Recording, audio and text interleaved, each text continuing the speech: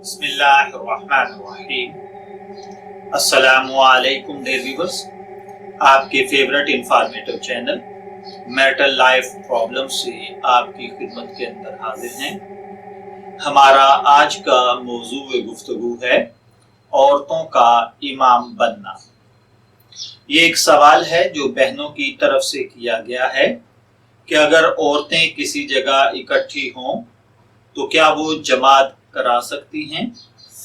देखिए प्यारे भाइयों, इस मौजू के ऊपर बेशुमार उलमा अपना अपना कलाम बयान कर चुके हैं। इसमें बहुत सारे उलमा ने कलाम किया है। कुछ उलमा के नज़दीक औरतों का जमात करवाना मुनासिब है और बाज़ के नज़दीक ये नामुनासिब बात है, क्योंकि इमामत और आज़ान सिर्फ मर्दों के ज़िम्मे है, औरतों पर आज़ान या इमामत नहीं है।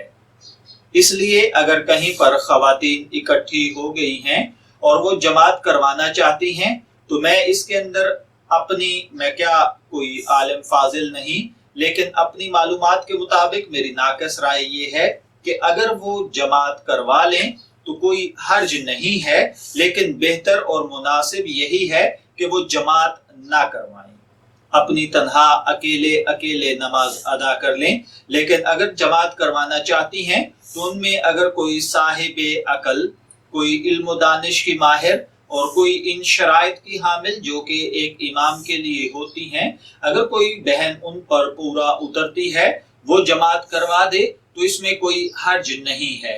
लेकिन उमूमन जमात करवाने के लिए मर्दों की ज़रूरत होती है। मैं दुआ गो हूँ कि अल्लाह ताला हमें इन बातों को समझने की और इन पर अमल करने की तौफीक अता फरमाए। इजाज़त चाहेंगे, फिर मिलेंगे किसी नए टॉपिक के साथ। तब तक के लिए अल्लाह हाफ़िज़।